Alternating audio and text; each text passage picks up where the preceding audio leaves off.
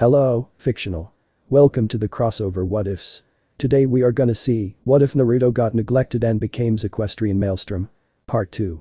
If you end up liking this video, please consider subscribe, so without further ado, let's get into the video. A week and 5 days later. Naruto and his friends, plus Nyx, had returned to Ponyville. Nyx had made amends of what she was doing to Naruto with Molestia, Moon, and Applejack.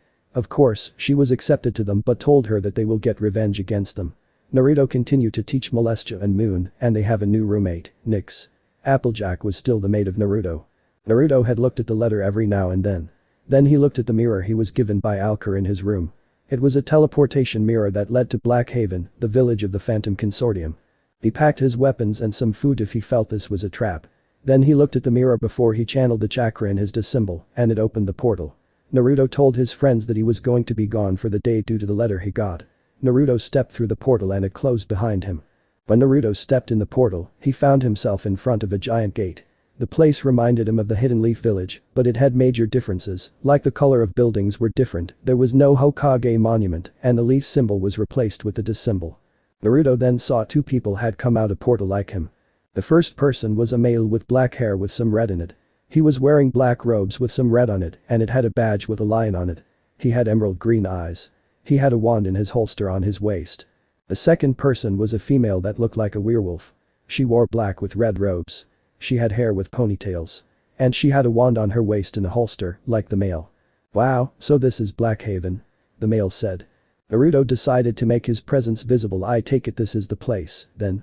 The boy and girl turned to Naruto and were studying his appearance before the male replied I would guess. The boy replied to him before holding a hand out to him Harry Dracula of the Potter Dracula universe, at your service. The boy said before gesturing to the female werewolf this is my Zing, my soulmate, Winnie Werewolf.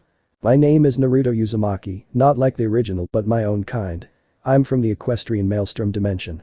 Naruto replied with a fox smile first time as well, I guess.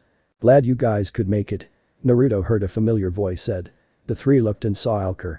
Naruto noticed that Harry recognized him. Hey Alker. Harry said to him.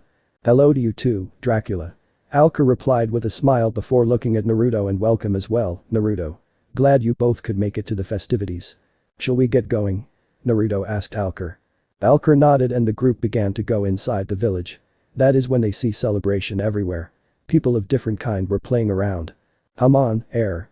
They heard a girl said and they looked. Naruto saw a boy of 11 to 12 sleeping on a tree branch and saw a girl of the same age trying to get the boy up. The girl had white skin, her hair was long and had ponytails, and the hair color was rainbow color. The left ponytail had the color of red, orange, and yellow, while the right ponytail had the color of green, blue, and purple, and her hair on her head was all the rainbow colors. Uchiha-san's jacket hung around her hips, brown, long sleeves with blue lines and a light shirt, a protector is on said shirt, attached to her chest. Ink wears a giant brown scarf which is almost as big as herself. She has a work belt crossing her chest, with rainbow paint vials, which have heart-shaped tops, on it. Ink has pants which have the same color scheme as her sleeves. Upon the pants she wears light brown shorts. Instead of slippers, Ink wears sport shoes with a tiger print on the sides. She also has fingerless gloves. On her back, Ink holds her signature weapon, her giant paintbrush. Like her brother, she had whisker marks on her cheeks. Her right eye was a yellow star with black sclera, and her left eye was a cyan pupil with black sclera. Every time she blinked, her pupils changed. The boy had a black jacket with an orange fur collar. He had a pair of red fingerless gloves, and his skin was yellow. His head skin was black with orange hair.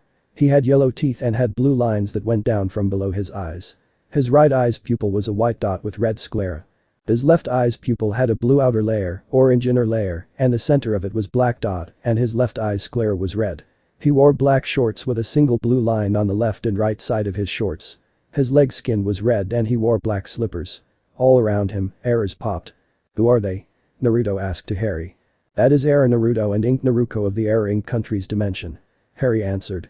Oh, but you two are the only ones out in your dimension.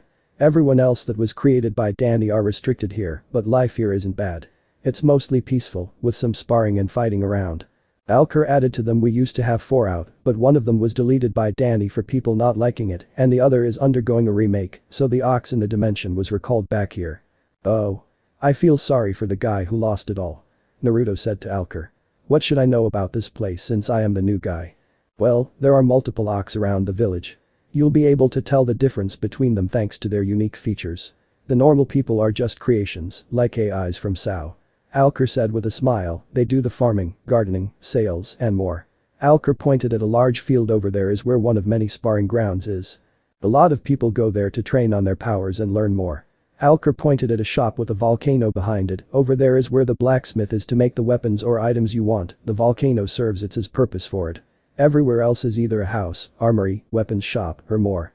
Is everything free here? Winnie asked Alker. Only for Ox that don't have their own dimension set up yet. Alker said before looking at Harry and Naruto that means you two have to pay to get food here.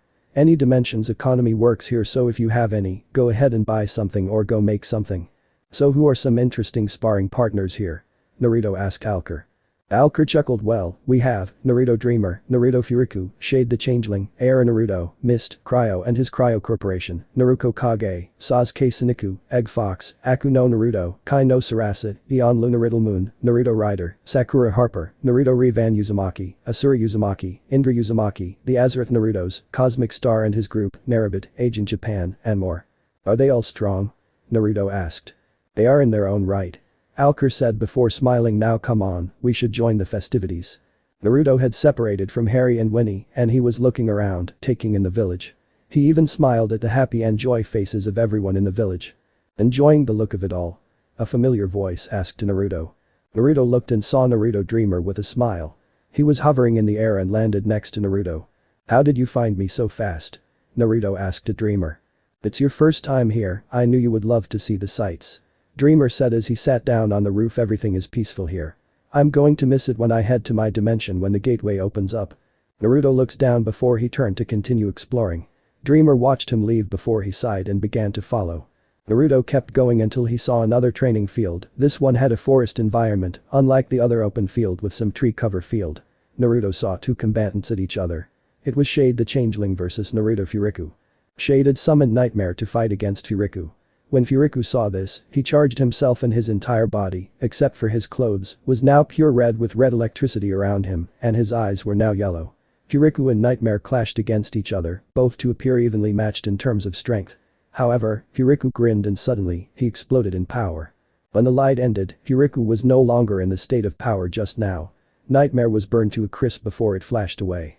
Shade looked angry before he aimed his horn at Furiku and fired a giant beam of red energy. Furiku crossed his arms and he glowed clear color.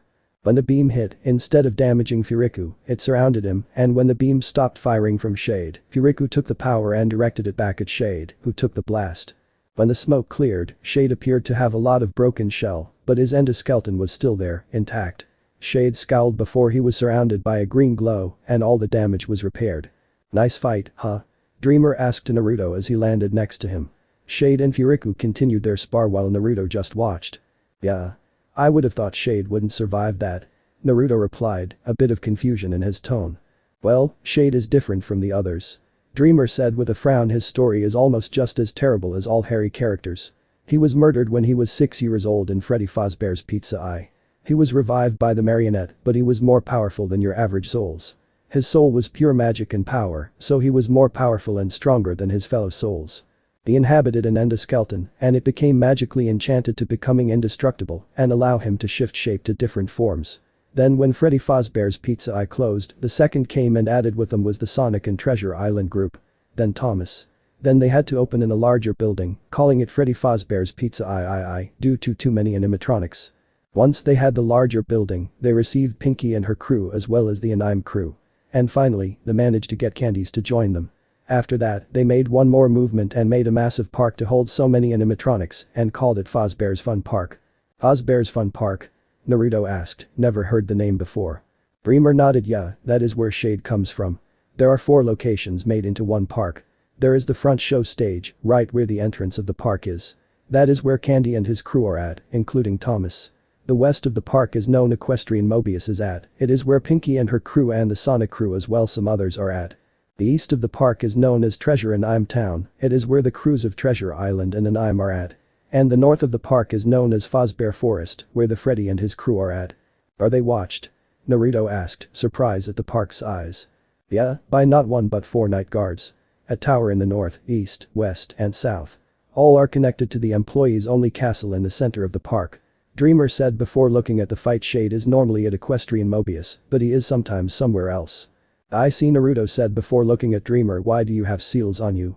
Dreamer smirked. Well, I have a lot of power since I have the main characters of the Undertale cast, including W.T. Geister, sealed in me. That much power all at once would do more harm to me than good. So I created something similar to the Cromwell seal that Alucard has. The only difference is that I am able to release all 4 levels. Right now, you see me at LVL1. I have 4 levels, LVL3, my normal form, LVL2, LVL1, and LVL0. Dreamer glowed white for a moment, and when the light dimmed, Naruto looks and sees a different Dreamer. Dreamer now wore a green with a yellow striped shirt. He wore black cargo pants and black fingerless gloves with a metal plating on the top of it. He wore ninja sandals. Around his waist was a utility belt, not like Batman's, it had holsters and a sheath on it. On the left, there was a holster that had a revolver there. On his right, there was a sheath, and in it was a knife. Dreamer's hair was now brown, and he had a cowboy hat on. In his right pocket, he had a book. Dreamer's eye color were now electric blue. His skin was tan in color. This is my normal form, LVL3. Dreamer said with a smile. In this form, I'm able to use the human souls of Undertale. My soul is rainbow color for a reason. I see. So you have a piece of each soul on your figure. Well, all except for Patience because he or she has a sword. Naruto said. Dreamer chuckled before he pulled out his knife, and when he channeled his rainbow soul power into it and the knife morphed into a sword. Never mind. Naruto added after seeing the sword, never knew you could morph that blade from a knife to a sword. Dreamer made the sword turn back into a knife. Well, the knife is the center of my power in this form. It is because I can channel all the human soul power into it, while any other item would be able to use one only. Naruto nods, and that is when Dreamer surrounded himself in a white light. When the light dimmed, Dreamer once again looked different. This time, Dreamer had orange jacket with a white fur collar, a white shirt, a pair of black cargo pants, and ninja sandals. His left eye color was electric blue, while his right eye color was orange. Dreamer's skin was now white. This is my LVL2 form. Dreamer said with a smile. In this form, I have access to use the powers and abilities of Flowey, Toriel, Papyrus, Undyne, Mediton, and Muffet. Though if I wanted to, I can use Undyne's armor as a phase 2. Naruto nods and Dreamer transformed once more, only this time he was in his LVL1 form, the one that Naruto was familiar with. And my LVL1 form. In this form, I have access to use the powers and abilities of Asger, Omega Flowey, and W.T. Geister. And you have saw my final form, LVL0. In that form, I have the powers and abilities of Azrael Dreamer, the god of hyperdeath. I see. Naruto said, absorbing the information. After he did, he looked at the fight and see that Shade and Furiku were still fighting. Let's go somewhere else. Dreamer nods and both turned to leave. Later. Naruto was now in town square where the celebrations were going to be held now. Naruto could see few familiar faces with a lot of new ones he has never seen before. Before long, everyone sees Danny walking onto the platform with a mic. Thank you everyone for coming. Danny said with a smile and wiped a happy tear. Now, allow me to welcome you to my birthday party. Let the feast begin. As soon as Danny finished saying that, the tables were filled with food of all sorts. Everyone began to feast. Naruto sat with Harry Dracula, Winnie Werewolf, Aaron Naruto, Ink Naruko, Alker, Naruto Dreamer, Shade, and a guy named Narabid. After the feast was over with, they played some games like chess and checkers before heard the door open, and everyone looked before seeing a giant chocolate peanut butter cake with candles on it on a toad table. The one who brought it in was none other than Emerald Pie. Emerald Pie has a grey coat, like Maud's, black mane and tail are puffy, like Pinky, originally straight, and he has yellow eyes, like Limestone. Despite not looking a lot like Pinkie Pie, both him and Pinky are twins, they tend to think a lot alike. On his flank, he had 3 emeralds there. Emerald brought the cake to the front before he looked at Danny. I got your favorite cake, Danny. Chocolate with peanut butter frosting. Emerald then pulled out a large container of ice cream and your favorite ice cream, chocolate peanut butter. Though I did get your other 3 favorites, mint chocolate chip, cookies and cream, and marshmallow ice cream. Danny smiled. Thank you, Emerald. He looks at them. Well, I guess it is time for dessert then some gifts. Everyone cheered and started having cake and ice cream. There was plenty of cake and ice cream, so there was no need to hold much back. After that, Danny began to open his presents. I won't say since they're my real-world presents. After the celebration ended, Naruto and Harry with Winnie were in front of the gate they were at in the beginning. Well, you have my number if you ever need me. Harry told Naruto with a smile. Do call sometime. I'll come if you ever need my help. Naruto nodded and smiled. See you later, Harry. I hope we meet again. Oh, don't worry. We will, I know it. Harry replied with a smile before Naruto saw Harry and Winnie took their portals home, and Naruto followed suit by taking the portal to his home.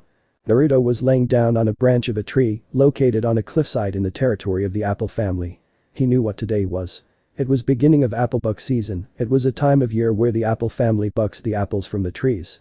However, this season was somewhat different. Naruto heard footsteps and he looked, seeing Applejack and Big Mac, who was on crutches with a broken leg. That was reason behind the difference.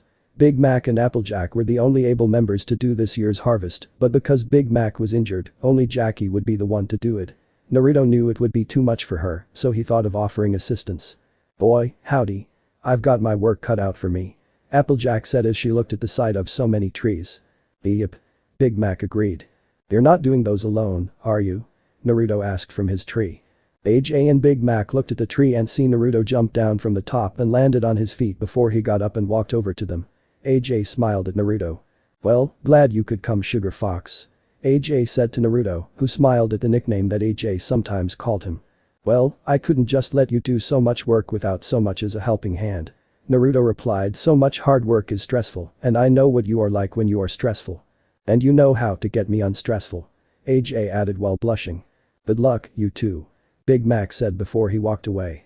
Naruto nodded and popped some shadow clones to help start with the gathering. Naruto, himself, was helping out AJ. However, after some time of this work, they began to feel the ground tremble. AJ looked at Naruto. "Please tell me that is just your clones," AJ said to Naruto. Naruto shook his head and jumped up to a tree branch and jumped up again, landing on the top of the tree. He looked out around, seeing no noise from the clones. He looked again and spotted a stampede of cows heading towards Ponyville. "We have a cow stampede on a course to Ponyville," Naruto shouted down to AJ, who nodded and ran off to get Winona, her pet dog. Naruto began to jump from tree to tree in a ninja fashion, heading towards the stampede. He let out a loud whistle and kept going. Naruto arrived at the road that led to Ponyville. He could see the villagers panicking, except for Pinkie Pie, who was enjoying the trembling than anyone else. The stampede was almost to his way, and he could see AJ and Winona beginning to join the stampede in hopes of altering their course. "Naruto," he heard Twilight shout. She didn't know that Naruto had a solution to this every time a stampede of cows were on their way to Ponyville. "But Twilight. Hold yourself, Twilight." Twilight heard and looked, seeing Rainbow hovering just above the ground. "What do you mean?" Twilight demanded with worry. "Naruto is about to get run over. Naruto can handle himself," Rainbow replied with confidence. Back with Naruto. Naruto held his ground. He could hear Twilight about to run to him when he sees a red and orange blurs past the stampede and they go to Naruto's sides, revealing them to be Shai and Kai. They got to Naruto's sides and got into an attack stance. Naruto kneeled down and put a hand on both of them, and that is when yellow energy left Naruto and entered the two foxes. The foxes began to grow in size and they had more of a feral appearance. Then, Kai and Shai roared at the stampede, making the cows stop in fear. When they finally stopped, Kai and Shai returned to normal and all three approaching the leader of the cows, with Applejack and Winona already waiting for them. "Okay, start explaining to me why you started to stampede to Ponyville," Naruto ordered them with a powerful and authority tone that shows that he is controlled here. The leading cow moved back before clearing her throat and spoke sorry about that Naruto and Applejack, but Muella here saw one of those nasty snakes. When she finished, a lot of cows gasped in shock and Naruto sighed at the news. "It gave us the willies, you know." "We understand," Applejack said to them with a nod. "Next time, please steer away from Ponyville when you do stampede again. I would really hate to resort to my actual powers to just protect it and my loved ones," Naruto added with a caution. The leading cow nodded and they began to head away. When they were gone, Naruto nodded at Kai and Shai and the two left to head back to the house. Naruto looked back at Ponyville and they see everyone celebrating at the save. "Well, we should get back to bucking, right?" Naruto asked to Applejack, who nodded, and Naruto sent a shadow clone to the town, while the real one went with AJ. The clone Naruto made to Ponyville when everyone began to hug him. "Thanks for saving the town again, Naruto," Mayor thanked with a smile. The clone Naruto nods. "Well, I'm just a clone, but I wanted everyone to know. Due to reasons, the real Naruto and Applejack are going to be working at Sweet Apple Acres for the week, so any activities with them will have to be cancelled." "Why?" Pinkie asked to him. "It's apple bucking season." The clone answered. With Big Mac injured, AJ would be the only one to do it, and Naruto didn't want that to happen cause it would cause unrest and too much stress for her. And Naruto knows what it means for that, so he and AJ are going to be busy. "What about Molestia and Moon?" Twilight asked. The clone Naruto chuckled. "Well, those two are almost finished learning everything about the culture of current Equestria. By Naruto's estimations, they'll be ready to experience Equestria by the end of the week. Twilight nods and the clone dispels himself. Later. It was dawn outside. After so much work, Naruto and Applejack managed to get half of the apples done and sent to the farm. Both Naruto and AJ were sweating from so much work they have been doing. They had sweated so much that Naruto was wearing shorts that he had with him in case of normal hot weather or hard workouts and his sandals. He had taken off his net shirt and green jacket. Applejack was wearing nothing more than an orange bikini and panties with her cowboy hat, and the rest of her clothes were off her. The two finished with the last batch and had Naruto sent clones to get to the farm. Both Naruto and AJ were leaning against a tree, side by side. Wow, AJ said as she looked at so many empty trees, I reckon that I wouldn't have gotten all of this done by myself on the first day. Naruto nodded. Well, now that we are done for now, I say we get some shut-eye. I don't know about that, Naruto. Applejack said with a smirk. I could go a few rounds. Before Naruto could react, Applejack was now on Naruto, their faces were inches from each other. They could feel their hot breaths against each other. Besides, I have to pay you back some way for helping me so much. What better way to repay you in a way to love it? AJ, Naruto muttered, the heat getting to him now. The next day. Naruto and AJ were finishing the last of the apple trees, and when they were all finished, they took them to the barn. Thanks again for helping, Naruto. AJ told him with a smile. No problem. Naruto replied with a fox smile. Always a pleasure working with you. Though I do have a question. AJ said to him. Naruto grunted in acknowledgement. I wonder what happened to Applebloom last night. She didn't come home last night and then she returns home in the morning and she looked like she had the most happiest birthday in her life. Naruto shone he was curious while inside, he was grinning. I bet that both Spike and Applebloom are now mated. Thank goodness that I removed their memories of my involvement and my time with AJ in the woods that dawn. All they will remember is them meeting in the woods and getting down.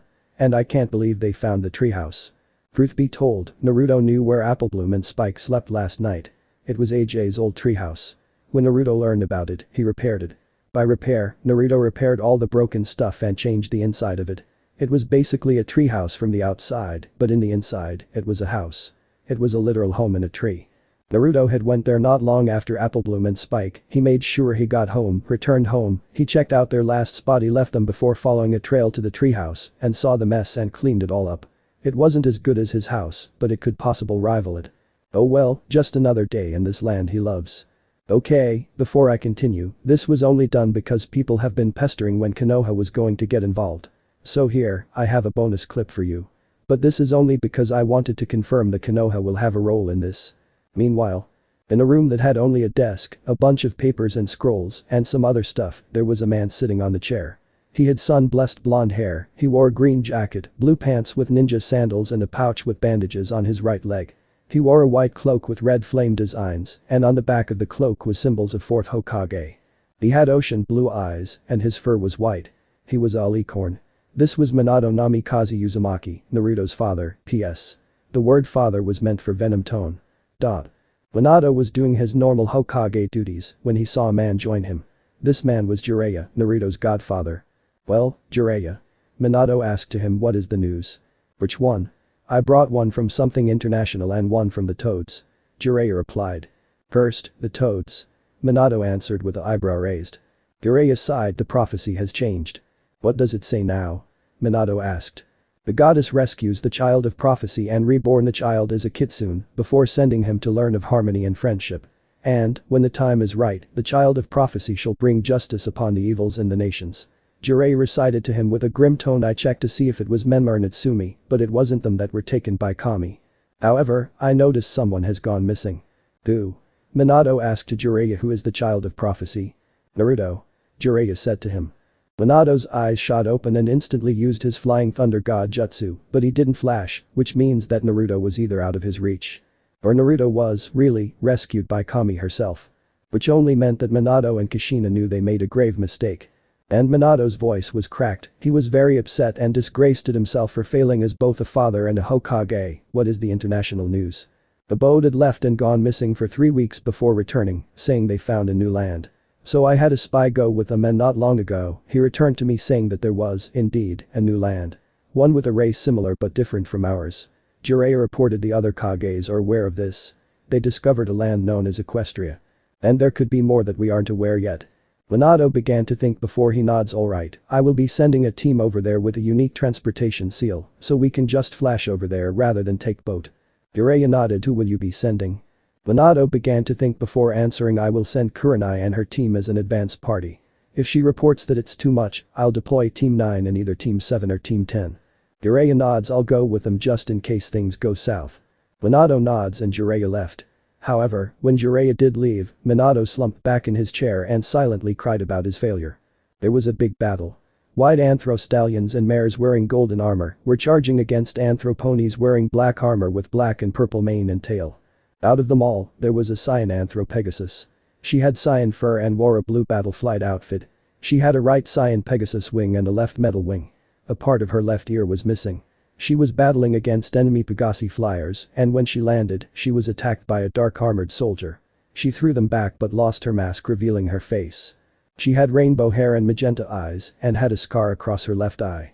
She went to continue fighting, not noticing a boulder being thrown down a cliff. When she pushed back another dark armored pony, she noticed the boulder about to fall on her. Before she could react, two Anthro ponies came from nowhere and mowed right through the boulder like it was nothing, turning it into a bunch of small rocks. When Rainbow opened her eyes, she sees two earth ponies, both wearing black battle mining suits. The first one had pink fur with a dark pink mane and tail, both cut short. She had some dust and cuts on her, and she had blue eyes. The second one had gray fur with purple mane and tail. She had cuts and dust on her as well, and she had blue eyes as well. Rainbow looked at them. Glad you saved me there, Pinkamena and Maud. Pinkamena nodded with seriousness. Of course, Rainbow. Now we need to Conti. They were interrupted when they see a large smoke cloud appear afar. They looked and see a wooden hand erupt from the smoke, and when the smoke cleared, it revealed a giant statue that had black cuffs on it. It roared out, it's his power being gigantic. So he's here too. Rainbow said with venom. Suddenly, two giant Anthro stallions appeared and began to charge against the statue. Rainbow, Pinkamena, and Maud were about to head forward until they see someone land in front of them a few feet away. This figure wears a pair of black pants and gloves, with a white form-fitting shirt underneath. Over this he wears a purple, high-collared, long-sleeve mantle that splits down the lower half and has a kitsune crest, a black swirl with a black circle on the center of the swirl, on the back. Around his waist he wears a simple, light purple obi and a belt. On his back is a Chikudo sword with a black handle and scabbard. The figure looked like a orange nine tails. His fur was orange, and he had black stripes from around his eyes to his ears. The figure had bandages on his arms, where his hands were. His left eye was completely purple with black rings around it. It also had tomos around the central pupil. His right eye was green with 3 tomos around the central pupil. The figure gave a smirk, revealing he had canines. And where do you think you're going, girls? Rainbow growled. Naruto Uzumaki. Naruto kept his smirk. Come now, is that any way to treat a friend? You became my enemy when you fell prey to Sombra's corruption. Rainbow growled. Naruto frowned. It's too bad. He began to stand straight before he dug a hand into his cloak before pulling out a photo. On the photo, it showed a smiling Naruto with a smiling Rainbow, Applejack, and Fluttershy. Why do you deny the dark side, Rainbow? He looks at the picture. This is so upsetting. He looks at Rainbow and grinned, but that's okay. He puts away the picture. I'm sure you'll have a change of heart. Naruto put a hand on his sword and all 3 girls got into a battle stance. Let's dance, Foxy. Rainbow challenged, getting a chuckle from Naruto before they charged at each other. Land of the Changelings timeline. In Canterlot.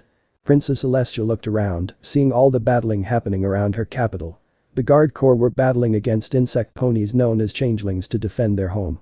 Princess, we need to evacuate you out of Canterlot. A stallion voice said behind her.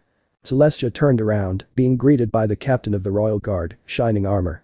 How is the situation? Celestia asked. Shining sighed. I hate to admit it, but the changelings are advancing fast. We have tried to counter their advancements, but all attempts have failed. And without your sister, we may lose. Celestia finished with a sigh. If my sister wasn't captured and if I fallen, Equestria may stand a better chance. We have to go before the changelings advance too far. Shining Armor insisted. Celestia nodded and turned to leave. When the guards were about to open the door, it was blown open by a blast of magic. Shining stood in front of Celestia with his shield and sword raised. Some close guards came to his side. The smoke began to clear, revealing who attacked it. There was a female changeling that wore green and blue-green outfit.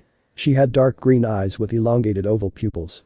She has a teal mane and tail, blue-green chitinous plating over her midsection, and she wears a small black crown tipped with blue orbs.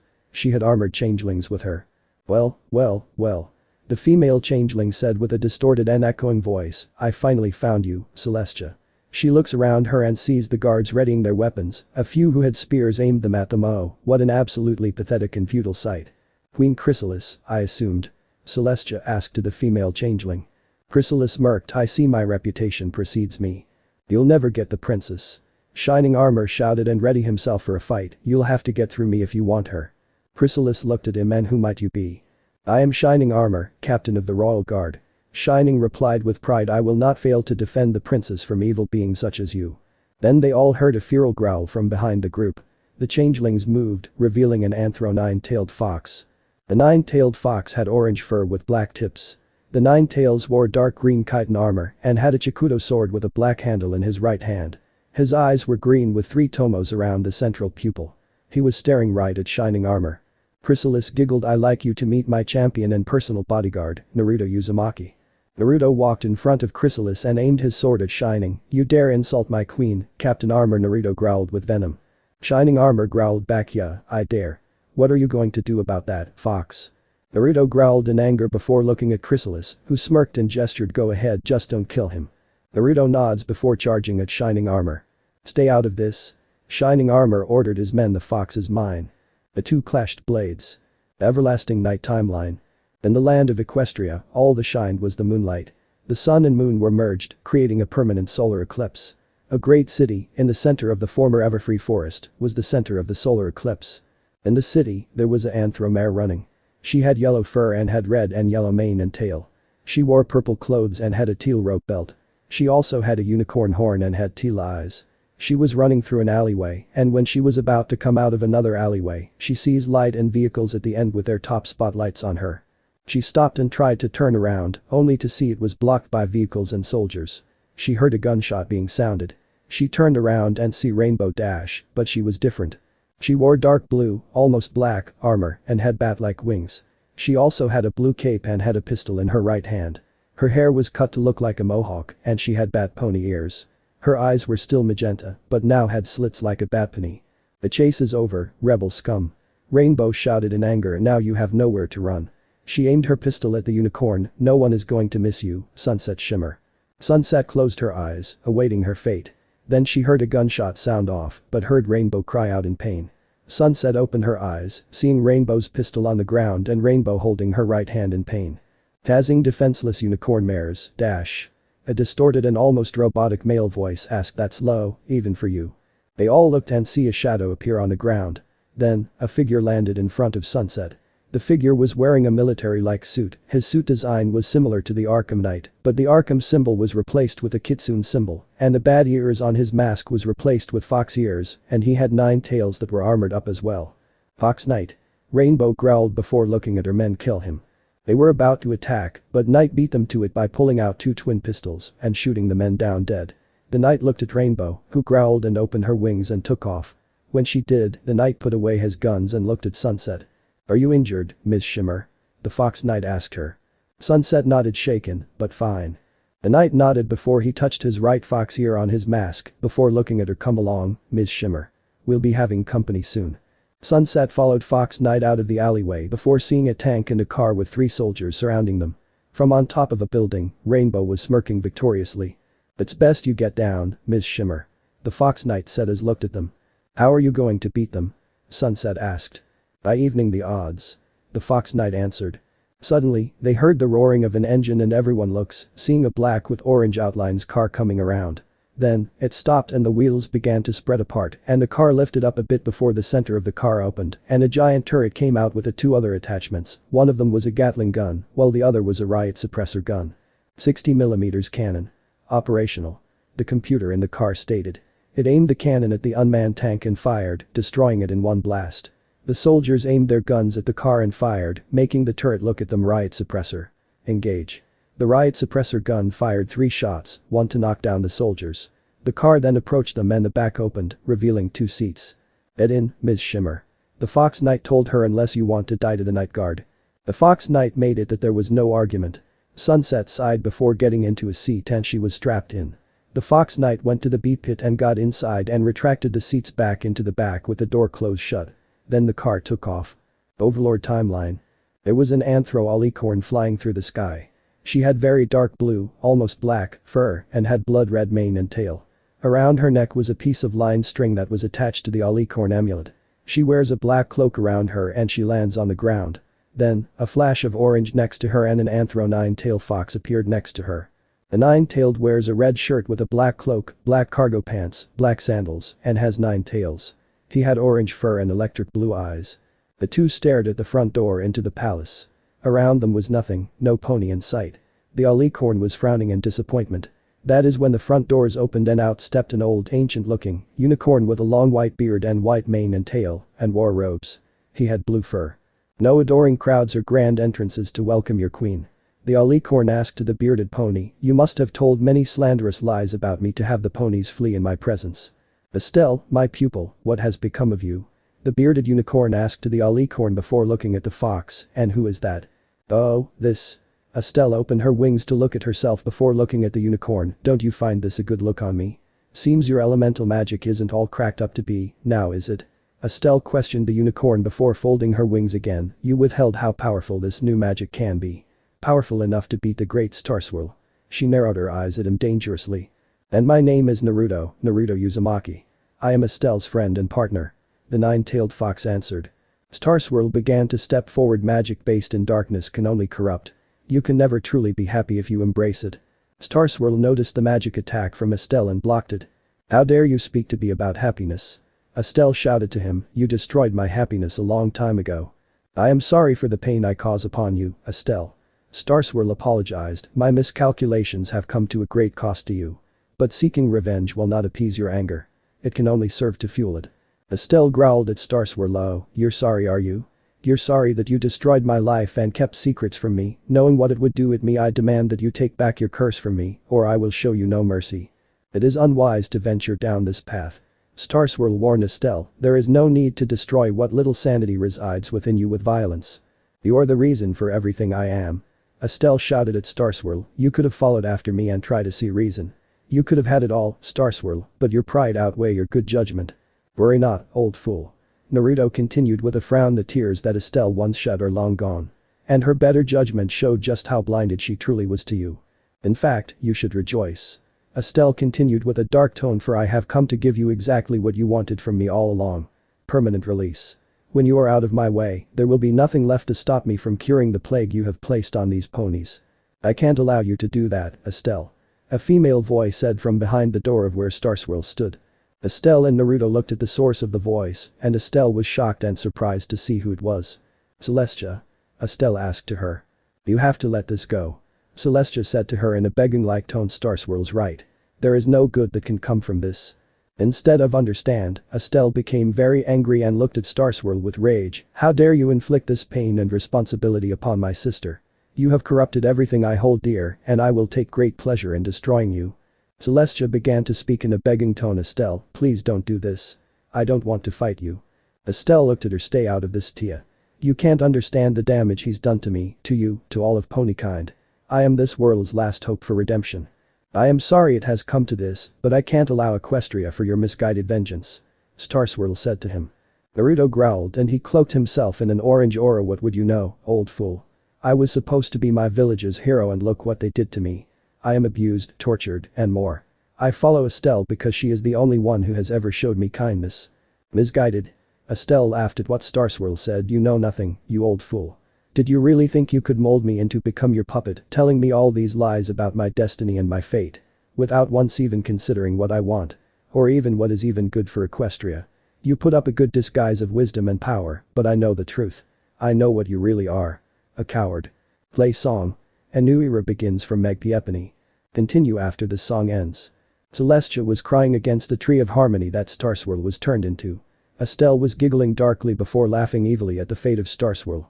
Naruto, who was leaning against the stone wall, was grinning at the misfortune of Starswirl. Such a perfect ending for the mighty Starswirl the bearded. She looked at the tree of harmony forever trapped in the form of a tree, unable to find the sweet release from immortality that he so longed for. She looked above the tree and see 5 gems, and better yet, I found exactly what I have been looking for. The elements of harmony. Celestia turned to Estelle, tears still crying from her eyes. I won't let you do this, Estelle. Whatever evil plan you have stops now. You don't know what you're talking about, Celestia. I'm only going to make the world a better place," Estelle told her. "Ushering that new era of peace and prosperity. and banish the curse on our lineage. Yes, Celestia.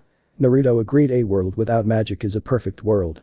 Magic is the cause of our pain, what better way to end it by destroying the source? Ushered in by your hatred and destruction. Celestia accused Estelle. The only curse I see on our lineage is you. Celestia surrounded Estelle with her golden magic. Estelle. Naruto called out and looked at Celestia. Naruto charged at Celestia, but she pushed him back against the wall. For the future of Equestria. I, Princess Celestia, banish you. Celestia shouted in the royal canterlet voice. Never again will your treachery harm any pony here or hereafter. No. Naruto shouted and attempted to charge, but Celestia pushed him back into the wall, more force into it this time. What? Estelle asked to Celestia in shock. But I did this for you, for us. You have to let me explain, Tia. Tia, don't do this. Tia, you're my family, please. Estelle began to be sealed into a painting. Tia. No. Naruto shouted as he got out of the rock. Celestia fell to the ground. Naruto leaned against the rock, crying before he looked at Celestia. Then, his eyes turned blood red. You Celestia turned to look at Naruto as his orange aura flared. I'm going to make you pay for hurting my older sister. Before Naruto could attack, he was surrounded by golden magic and Celestia stared right at him. You're the last pawn of Estelle. Time to rid Equestria of you. Celestia shouted in anger. Do it, you sister traitor.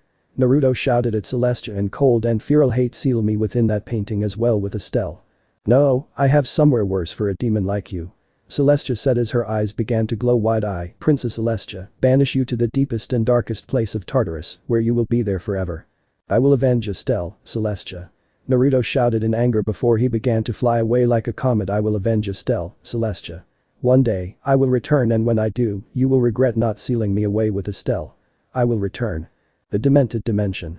Naruto opened his eyes and found himself on the ground. He got up and noticed he was in front of a random graveyard entrance. He walked right inside, looking around until he noticed a grave that looked like it flashed a minute. Curiosity getting the better of him, Naruto approached the grave. When he was right in front of him, he was reading the name on the tombstone. Here lies Doppelganger. Naruto raised an eyebrow before he sees a white glow from in front of the tombstone. Naruto stepped back and see that he was glowing white. Before he could pull away, he was held into place as he felt something entering his body. What is happening to me? Naruto asked before he cried out before a large flash happened. When the flash ended, standing in front of the grave was a new Naruto. This Naruto was still in Anthro 9 tails. He had white fur with some orange streaks. His eyes were insanely small and were electric blue with slits. Naruto was looking at himself before something snapped in his mind before he grinned and the picture of Doppelganger flashed in his mind. After looking at himself for a bit, he heard a noise and looked towards the source. He began to walk in that direction before he saw something. There was a red engineer with a clockworks helm, a gunslinger and a Pip-Boy. Naruto felt the surge to touch that human. So he jumped down and the engineer looked at him. Hello good sir. The new Naruto greeted him. Who are you? I'm Robot Inji, Fox Boy. The engineer told him. Who are you? Naruto began to think of a name before he grinned. My name is Kappa Fox. The newly named Kappa Fox walked up to him and held out his hand to him to shake. Robot Enji grabbed it and shook and Kappa Fox heard a sound that sounded like assimilation. Kappa Fox grinned and Robot Enji immediately let go and pulled away. Thanks for giving me your powers. Kappa Fox thanked with a grin before his eyes glowed and he fired lasers out of his eyes, hitting Robot Enji and killing him. Kappa Fox looked at his hands and grinned before he began to walk away with the intention of traveling the world. Naruto was relaxing. It has been some time since Applebuck season. And the peace has been undisturbed so far. But Naruto had that feeling something interesting was going to happen today, and he felt like an old friend of his was going to see him soon. Naruto's train of thoughts were interrupted when he felt his property defenses went off. He opened his eyes, got up from his beach chair and jumped onto the roof to look at the source. To his surprise, he sees it was Derpy that got caught by his anti-Derpy defenses. When he first met Derpy and her weird inability to fly straight for a period of time, he made a defense especially made in the event she came onto his home and property. Derpy had gray fur and had blonde mane and tail. She wore the male mare uniform, which looked similar to the female mail carrier's outfit as the official male mare of Ponyville. Her eye color is yellow and they were off sync by a bit. Her breast size looked about double D to borderline triple D, and that was Naruto's best guess. She had her mail bag with her. Naruto approached her while she was tangled in the magical web of the anti-Derpy defense. Hello Derpy, what brings you to my home? Derpy looked at Naruto with a smile. Hello Naruto, I have a delivery for you. Naruto nods and snapped his fingers, causing the magical web to disappear and Derpy to fall on the ground. Derpy rubbed her flank from the fall before opening her mail bag and took out a white letter. Naruto took it and gave Derpy a wave of goodbye before she took off, then steering around in the air uncontrollably. Naruto sighed before he jumped back up to the roof, walked over to his beach chair, and laid down in it while looking at the letter before opening it before reading it. Dear Naruto. If you are reading this, it means that this letter either got to you on time or you got it late, either way you will be getting this message. I am on my way to Ponyville to meet up with my old buddy, Rainbow Dash. I know for a fact that you live in Ponyville as well, so I plan to stop by see if you want to talk to each other. I've grown stronger since we last met and I want to see if I can beat you now. I'll be meeting you on this Thursday, I should be in Ponyville on Tuesday, so I'll be spending Wednesday to catch up with Rainbow Dash. See you later then. Sincerely. Gilda the Griffin. Naruto smiled when he finished reading it. So Gilda is coming to visit. I wonder how much she has improved. Naruto thought before going inside to check the calendar. When he looked at the day, he saw it was Wednesday, as in the day Gilda should be with Rainbow Dash. Naruto blinked before shaking his head at the lateness of delivery on Derpy's part. Then, a thought occurred in Naruto's mind, perhaps I'll hasten our meeting and go visit Gilda and Rainbow. Naruto nodded to himself on that thought before grabbing his sword and went back to the balcony before jumping out to run to Ponyville. Later. Naruto was running to Ponyville when he sensed Pinkie Pie, Rainbow Dash, and a familiar presence. Naruto stopped on top of a hill and looked where he felt the presence was at and sees Pinkie Pie trying to interact with Rainbow Dash and Gilda. Well, Gilda has changed a lot from the view of it. Gilda was a griffin. She had grown fur and feathers for her wings. She also had white fur where her head, arms, and shoulders are. Her wings were big as well. She was wearing armor on her from the looks of it. She was wearing orange scaled armor where her breasts were at and where the between her legs were at. She had gray fur at the top to keep the outfit on her body. She had red leather with gray fur outlines on the middle of her body and where her flanks was at. She had almost white cloths for pants on her legs. She also had brown boots with the front of her boots cut, exposing her brown griffin paws. She had golden rings right between her shoulders and the elbows. She had bandages at the bottom of her elbows and had brown gloves and golden rings for bracelets. She had purple markings around her eyes and at the end of her feather hair. Her eyes were golden yellow in color. And with her, on her back, looked like a lance or spear on her back. The handle was red and it had some gold parts on it. And the curved blade at the end of it. There was also 2 feathers with purple at the end of them on the bottom of the weapon. Gilda has been working out, that is for sure. I hope she has been training with that weapon of hers. Naruto thought before he disappeared in a red flash. A few minutes earlier. So what have you been doing, Gilda? Rainbow asked to her long-lost academy friend with that armor and weapon, you look like you have been doing some serious business. Gilda sighed, well, I have been training while doing some business of my own. What kind of business? A cheerful voice asked and the two looked, seeing Pinkie Pie and a hot air balloon. Gilda sighed, I'm a mercenary. While I am technically part of the Griffin Kingdom, I prefer to be freed from my father's grip than be serving him. You've grown, Gilda. A male voice said behind them. Before they could react, a pair of familiar red fur arms wrapped around Gilda in a hug. Gilda began to feel warm and safe in the arms and she turned her head to look who was hugging her. She saw the smiling face of Naruto. Gilda smiled back before hugging back. Once it was done, the 3 were now on the cloud while Pinkie had left to make preparations for a party for Gilda. So how did you 2 meet, Naruto? Rainbow asked to the 9-tailed fox. Naruto smiled before he began to explain. Some years ago. Future Naruto. It was that time of year where the tournament was being held in Griffinstone, the capital of Griffin Kingdom. As one of many members of Warriors of Equestria, I traveled to the land of the Griffins as a warrior that represented Equestria. The sky was blue with some clouds in the sky. The past Naruto was walking in a city that had a lot of griffins there. The city was very impressive. There was a lot of griffin soldiers, only male with the medical staff being females, which brought a frown on Naruto's face. Naruto was in the company of other different ponies that were here to compete in the tournament. Naruto and the group split it up later, almost all of them went to register at the hotel they would be staying at. Naruto had a shadow clone go with them before he, himself, split off to explore the city. Future Naruto. Originally, my plan was to explore the city. But that changed when I realized that the female population of the Griffin Kingdom was being subjugated to be servants, slaves, and possibly worse to the male population of the Griffin Kingdom. There were some parts of the city that were not allowing tourists to visit, so I normally had a shadow clone disguise himself as a Griffin civilian and sometimes a Griffin guard to see these places, and I was disgusted to learn that they were facilities to have female Griffins as slaves to the male Griffins. Doing all sort of different things, like the maximal was being a nurse to the lowest being a sex slave to all sort of people and buyers, they were forced to be taught how to please their masters. It was so disgusting in my eyes. Some time had passed since Naruto explored so many areas of the place and he was already sick of it. He couldn't go shopping, restaurants, or some other places where there weren't female griffin slaves that were normal and not wanting to please their customers with a promise of sex. It sickened Naruto to no end. He was currently walking by the palace district when his fox hearing heard screams of pain and slight pleasure. Naruto looked where it was and sent a shadow clone to investigate. When the clone dispelled itself, Naruto was in anger. His clone saw the king was raping his daughter by having her give him a forcible BJ. Naruto had enough of this and sent 4 shadow clones to deal with the problem, having them disguised as griffin guards. I have never seen something so disgusting before. I saw Gilda getting raped by her own father, the king of all griffins. So I had it stopped by having them knock out the king and have the guards be blamed for treason. Naruto said to Rainbow with a sad expression, I took the young Gilda to a safe location and took her with me on the way back to Equestria. She told me about her life and more. She was lucky that she was still a virgin after everything that happened to her. So I had left her to be trained on how to fight and more. And that was the last time I ever heard of young Gilda until now.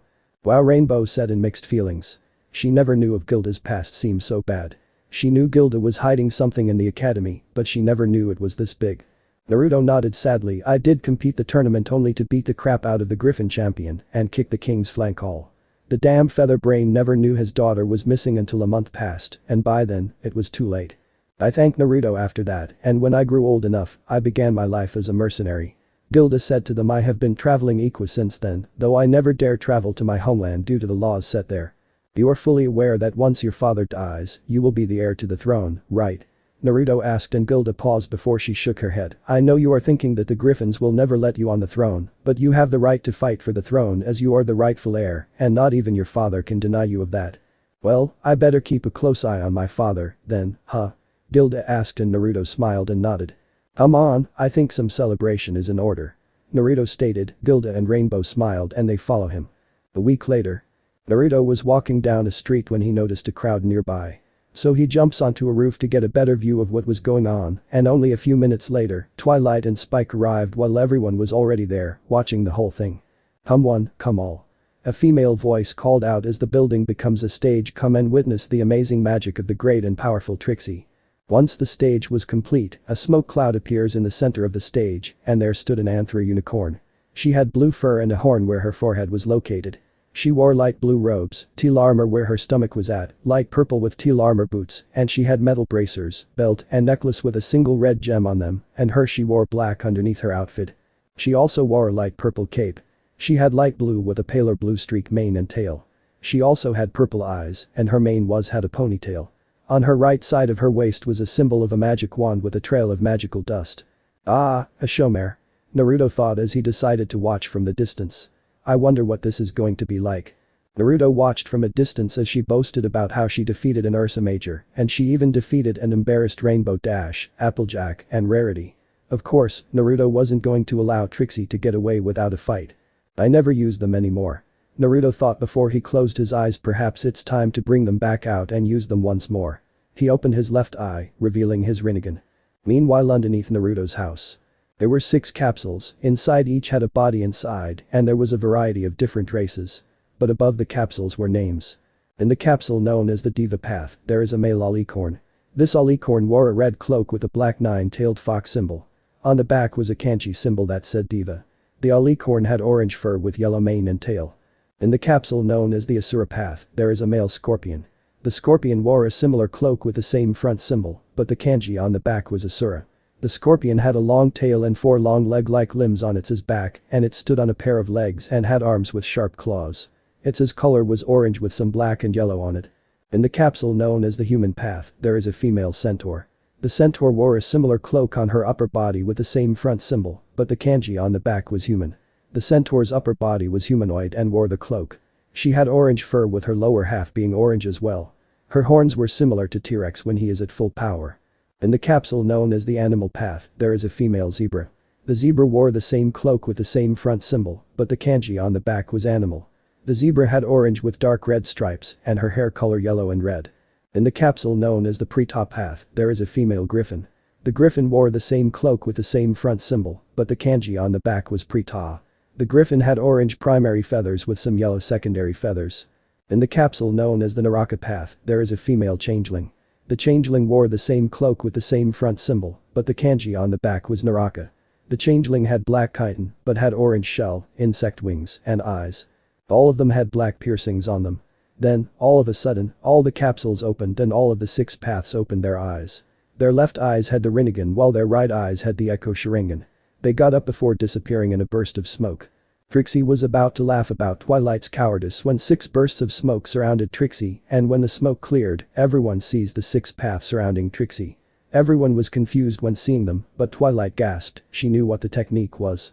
6 of the 7 guardians of Equestria. Twilight shouted in shock, causing a lot to gasp as they have heard of them, Trixie included. Trixie knew that she had finally done it, she got the attention of the guardians of Equestria. They were very powerful, especially their leader, the 7th guardian. "Hello, Trixie," Diva said as they looked at her. "What brings someone like you here?" I was traveling and decided to stop here and show my show to this town before going to destination," Trixie said to them with nervousness. "I know you're a showmare, but don't you think you went too far with your tricks with these 3 mares?" Animal asked to her with the eyebrow raised. Trixie giggled sheepishly. I guess I did. Watch what you do next time." A familiar voice told her and they all looked, seeing Naruto on the top of Trixie's stage looking down on her with his Rinnegan and Echo Sharingan on. "Naruto?" Twilight said in awe, making Trixie freeze up. "It seems my reputation frightens the great and powerful Trixie," Naruto added as he jumped down to the ground before looking at her. "Apologize, and I may be merciful to you for messing with my mates." Trixie was shaking before she turned to the 3 mares. She embarrassed and apologized, saying that it was part of her job as a showmare to do tricks and show they were superior, when most of the time they weren't. While that was happening, the other path separated and spread across Equestria to defend it, while Naruto stayed in Ponyville. Later. It was currently night outside, and Naruto was watching the stars and the moon. For the whole day, Naruto and Trixie talked, and Naruto convinced Trixie that boasting was bad as it could bite her in the tail in the future. Naruto learned that Trixie was an illusionist, she knew strong illusion spells, but they were only for tricks. Naruto was thinking of contacting Luna to have her take Trixie as her apprentice. He was about to head to bed when he felt the alert seals around the village go off. He shot up and looked at the source and sees Ursa Miner walking towards town. Naruto sighed before he disappeared in a red flash. Naruto appeared in the center of town and looked at the Ursa Miner approaching. "Time to stop a miner," Naruto said as he began to run towards the miner. The Ursa Miner raised its claw to strike Twilight when she began to channel her magic when it swung down and was about to hit her when the claw was caught by an orange skeleton arm caught the attack. Twilight and the Ursa looked at the source and see Naruto, who was surrounded in orange skeleton ribsage with an arm out and holding the claw. They saw both of his eyes were green and they were different. Go to Fanfiction version of the story if you wish to see the picture of the Naruto's Echo EMS. Suddenly, the orange skeleton arm threw the Ursa away a few feet before Naruto began to walk forward and he began to see the skeleton assembling itself. Soon, Naruto was in the center of a giant yellow 9-tailed fox with orange outlines and it had black markings on it and it had orange armor on it. Naruto was now where the brain was in the fox and he began to take a stance and the fox copied it. The Ursa charged by Naruto, grabbed it and forced it on the ground, then he pinned the Ursa Miner to the ground and his 9 tails wrapping around the Ursa and he began to force it to submit and go sleep. After a few minutes with the miner trying to struggle, Naruto forced it into unconsciousness. Twilight began to use her magic and carried the miner to its home with a bottle in its mouth. Once it was safely away, Naruto deactivated his armored-tailed beast mode. Once he was done, he began to kneel to the ground and he felt tired. That is when he sees the crowd converging on his position and he sees them approaching in haste and began to cheer for his and Twilight's success in saving their town. Before the celebration continues, Naruto said as he got up, the tiredness no longer affecting him who brought the Ursa Miner to the town. Spike pointed at Snips and Snails. They did it. He shouted, making everyone look at them with disappointment. We all wanted to see what Trixie said was true. Snip said with nervousness. I say we punish them for what they did. Gilda said with a lot of the villagers nodded. They will get punished, but not by us. Naruto stated, getting everyone's attention. Mayor and their parents will see to it. The mentioned ponies nodded with a stern expression. For now, let us rest. Everyone nodded and they all left. A week later. Naruto was in his home, relaxing. He got a weather heads up that it will be raining, so Naruto decided to be indoors and laying down on the couch. He was in his living room, where there were 3 couches and a big screen TV. Where Naruto get that if technology is not there yet? Well. Gotta thank Danny for the advanced things. Keeps me entertained on days like these. Naruto replied as he sat on a couch, playing the PlayStation 4 with the game being Skyrim. Naruto's avatar was a Nord, who was wearing steel armor and wielding the ebony blade. The Nord was currently battling against a group of Redguard mercenaries, who hired him to find a Redguard woman. Naruto was interrupted when he felt his Flying Thunder God marker at Golden Oak Library go off.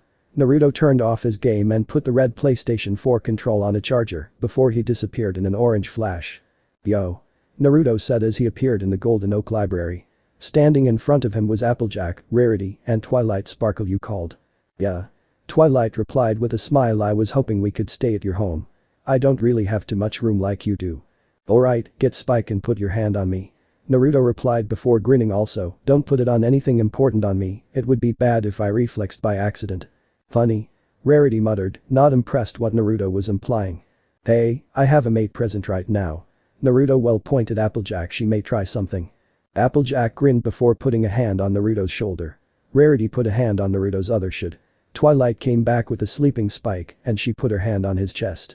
With all accountable, Naruto and the girls, plus Spike, flashed away in an orange flash. Barry appeared in Naruto's house and Naruto showed them their rooms. They got the same hallway but separate rooms, Spike included. Naruto was back down in the living room, watching YouTube on his multiverse network. "Oh, Red Scott Gaming just uploaded a new video," Naruto said as he looked at its title, Dragon Ball Xenoverse 2 number 17 The Adventures of VR Tony, I hope it's entertaining. Later. Naruto just finished his workouts in the underground workout arena. After he watched the video, he turned it off and went to grab some games for Twilight, Applejack, and Rarity. There was Uno, chess, checkers, Handyland, Operation, Jenga, The Game of Life, Monopoly, and Naruto's two personal favorites, Zathura and Jumanji, which were exactly the same board games from the movie with the exact same experience as the movie. They were given to Naruto as a gift for adventure and excitement by Danny. Then, after playing some board games, Naruto made dinner for the girls and Spike. They had hamburgers for Twilight, Applejack, and Rarity. Spike got cooked gems, thanks to Twilight giving Naruto the recipe. Naruto had ramen, he sometimes has that nowadays. After dinner, Naruto had clones do the dishes while he himself trained. Dishes were done a half an hour ago, but Naruto kept training. "Need a sparring partner?" Naruto heard and looked, seeing Twilight leaning against the door frame. "Sure." Naruto replied and Twilight came in. Naruto led Twilight into another room and they were across from each other. The entire room was black. "So, do we start?" Twilight asked to Naruto. "Give me a moment." Naruto replied before looking up computer, activate battlefield simulation, program number 44. Then the entire room began to glow and shimmer before Naruto and Twilight found themselves in the middle of a forest with giant trees. Naruto looked at Twilight with a smirk. "Welcome to the forest of death, Twilight Sparkle." "What is this?"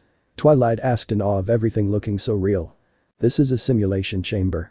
Naruto replied with a smirk. "Something a certain someone gave me to help me train. It makes the environment real in every sense of the word.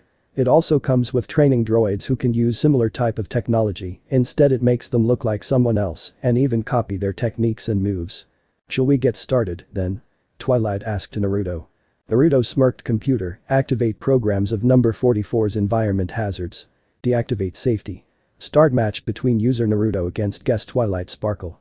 No timer." "Acknowledged." A female voice replied as a box appeared above them with a timer counting down to start. It showed Naruto Uzumaki versus Twilight Sparkle. Twilight activated her magic while Naruto pulled his sword ready. The clock kept counting until 3, 2, 1. Start. Naruto charged at Twilight. Twilight aimed her staff at Naruto and fired a lavender beam of magical energy. Naruto rolled to the side and the beam hit a tree, breaking the bark on the tree. Naruto jumped in the air and pulled out shurikens. Then, he launched them at Twilight. Twilight raised her staff and a shield appeared, blocking the shurikens. Naruto grinned before he began going through hand signs fire style. Phoenix Flower Jutsu. Naruto fired a volley of fireballs at Twilight. Twilight pointed her staff at the fireballs and they were grabbed by her magic before she sent them back at Naruto. Naruto threw a three-pronged kunai and it hit a nearby tree. Then, Naruto flashed away just in time as the fireballs hit where he originally was, making it look like he was hit. Twilight smirked, but it was short-lived when she saw a three-pronged kunai almost hit her. She managed to dodge it, but it did caught her off guard. Naruto smirks before jumping deeper into the trees. "Running, Naruto." Twilight called out before tapped the staff's bottom on the ground, sending a wave over the entire arena. Then, she aimed her staff high and fired a magic beam, which missed Naruto. "Impressive. I wasn't aware you knew how to use magic sweep to sense me out," Naruto stated before grinning. "Computer, change simulation to program BG386, arena." Suddenly, the environment changed. The arena itself is a roughly square pit constructed of ancient stone. The vertical sides are topped with vicious spikes that prevent anybody inside from escaping. The pit itself is filled with tall square columns that provide for vertical combat, as well as giving the arena floor a vaguely maze-like feel. Vents in the pit's floor are capable of spewing flame intermittently for an additional hazard. Twilight began to examine her surroundings. Where are we now? Welcome to the combat arena, located on planet BG-386. Naruto replied on a high stone tower. This arena and its simulation was given to me by a reliable source. Let's say he is a fan of AVP. AVP? Twilight asked. Aliens vs Predator, a game. Naruto replied before grinning. Let's play. Naruto jumped up and flashed away. Twilight was about to wonder where he went when she sees a orange flash and sees Naruto about to strike at her when she shielded herself. Twilight pushed her shield and forced him against a stone pillar. However, she sees himself explode in smoke. The shadow clone. Twilight shouted before seeing multiple orange flashes and sees multiple Narutos around her. Twilight raised a shield around her, only to be obliterated by a random Naruto clone with a Rasengan. Once it was done, she had a sword on her throat, ankles, arms, and she lost her staff. Surrendered. The Naruto that had a sword to her throat asked her. I submit. Twilight sighed defeatedly. The environment changed back to normal and the door opened. Above them was a hologram screen. Winner. Naruto Uzumaki. The clones dispersed, and the real Naruto was the one who grabbed and took her staff. You did well. Naruto replied before handing her back the staff. You've improved a bit since our last round. Why didn't you use your clones? I'm still working on mirror image. Twilight replied to him. I got the illusion of them up, but I still need to solidify them and make their attacks look real. The best I could have done was make distractions which would be fruitless against you. You don't know, hiding among the crowd can be a good thing than standing out. Naruto replied with a smirk. Naruto kissed her, and Twilight kissed back. Before long, the two began to make out. Once they pulled away, Naruto and Twilight were panting from not separating from their kiss. You know, never once had we actually mated. Naruto replied hotly. I think we should change that. Agreed. Agreed. Twilight replied before the both of them teleported away in a flash of orange. A week later. Naruto was in his home, relaxing. He got a weather heads up that it will be raining, so Naruto decided to be indoors and laying down on the couch. He was in his living room, where there were 3 couches and a big screen TV. Where Naruto get that if technology is not there yet? Well. Gotta thank Danny for the advanced things.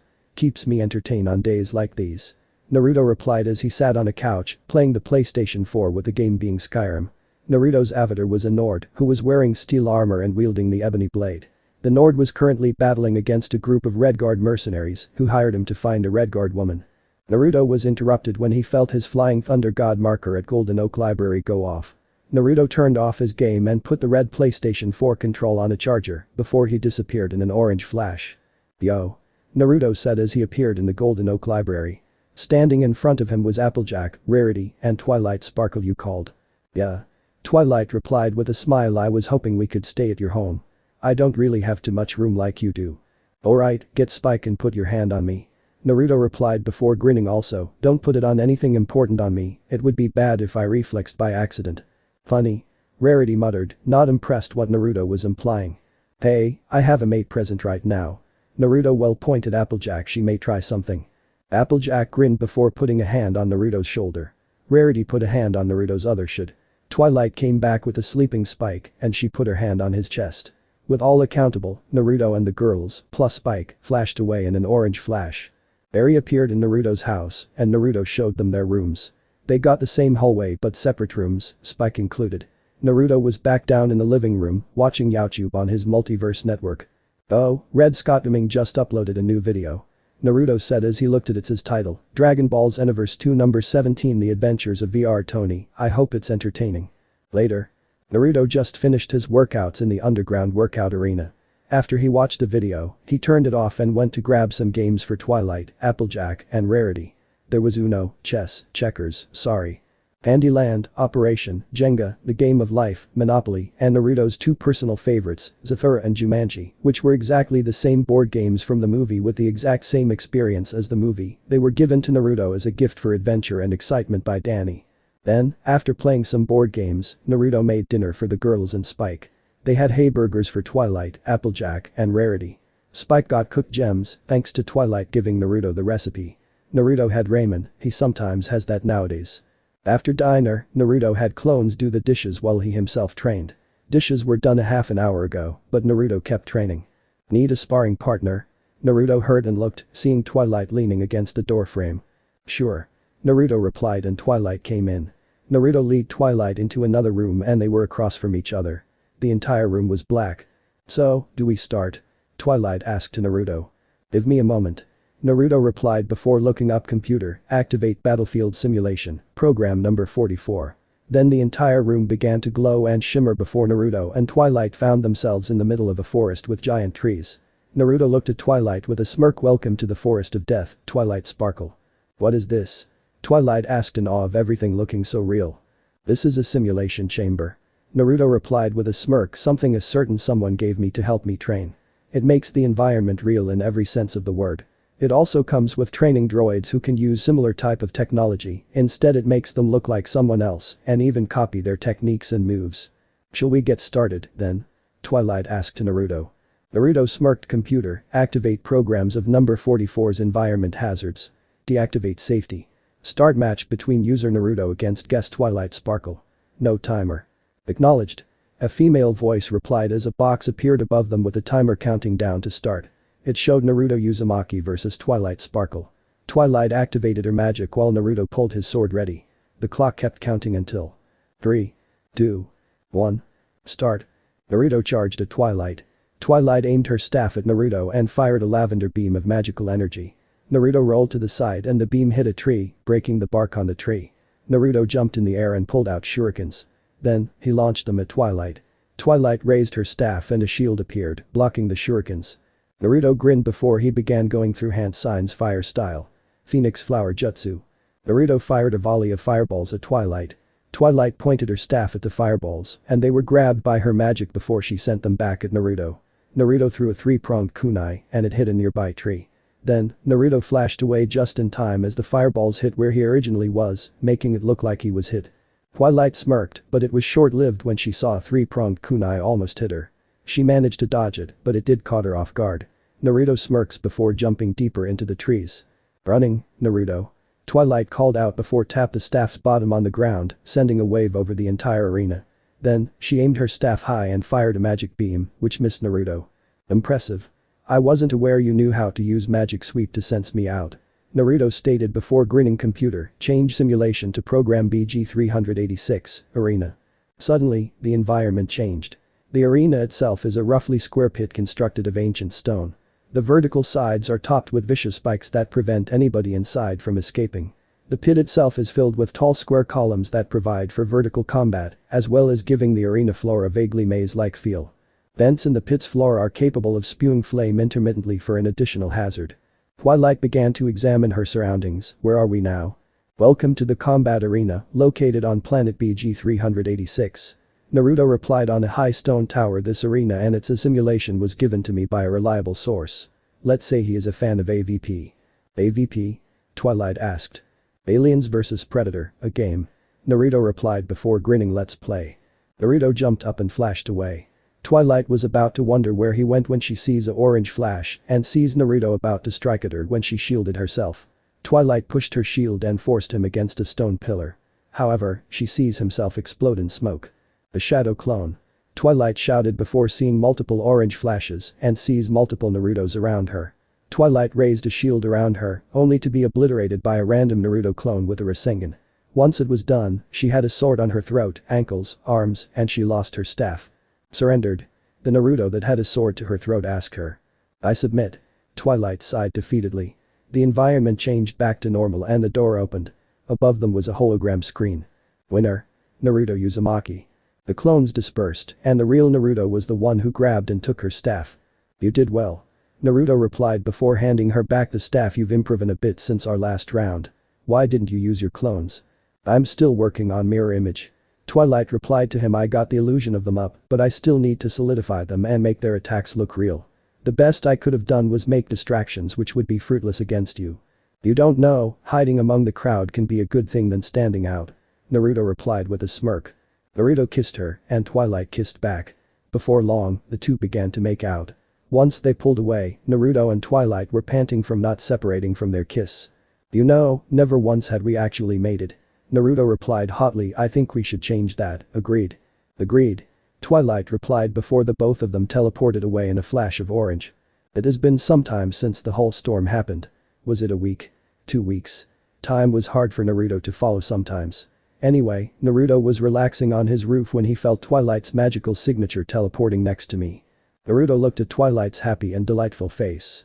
"What's up, Twilight?" Naruto asked to her. "Naruto, I got some good news." Twilight said with excitement and joy, "I'm pregnant." Naruto looked shocked before smiled and began to hug Twilight. "That's great to hear, Twilight."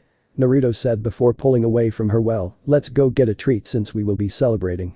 Twilight nodded and the two began to leave the compound grounds. Naruto and Twilight were walking with Spike, who had tagged along when learning of Twilight's pregnancy. However, Naruto noticed immediately that the town seemed deserted. Naruto had an eyebrow raised before he jumped away from Twilight and Spike to look at a higher point. That is when Naruto noticed a cloaked figure coming out of the woods.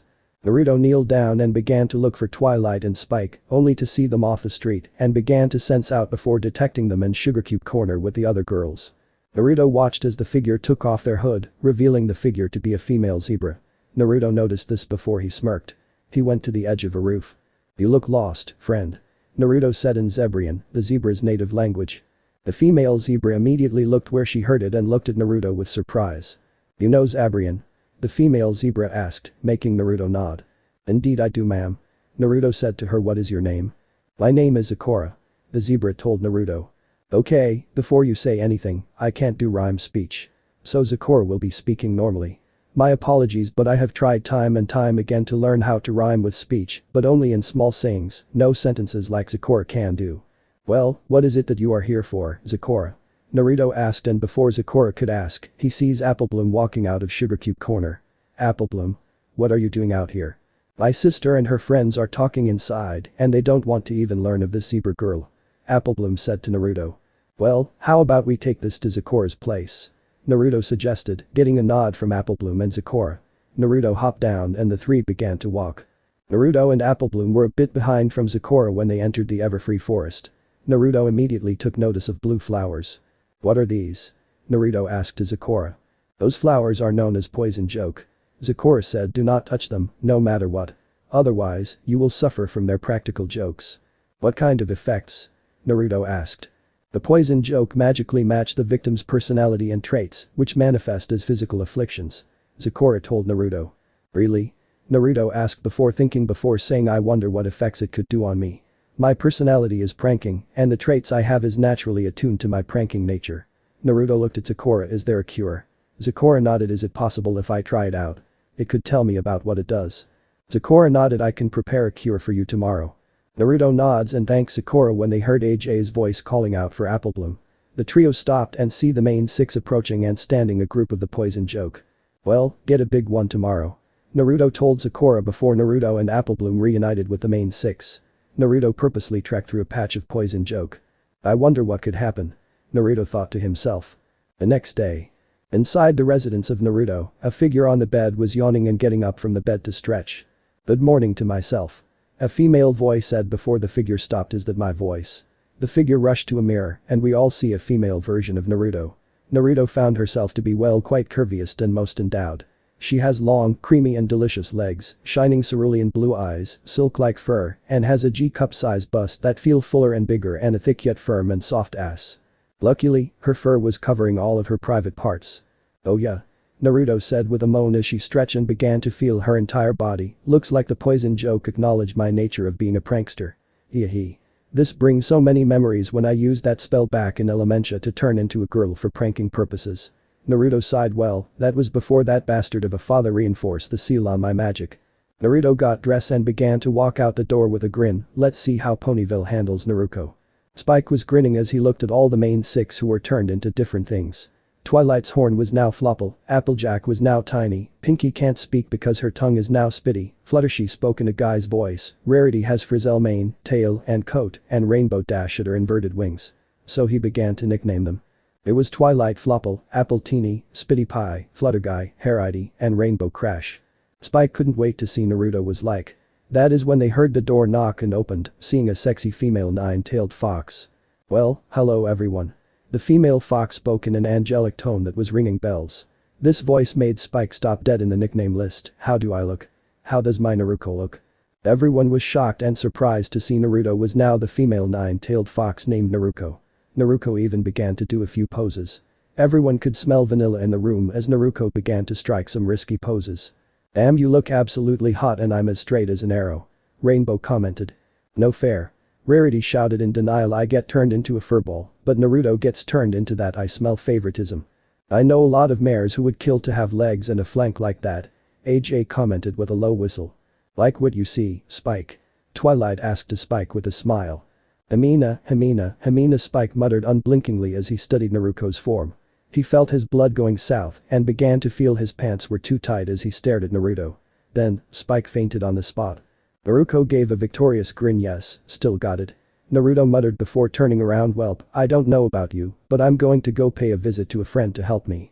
Naruto left behind confused main 6. Naruto had arrived the same time Applebloom arrived at Sakura's hut.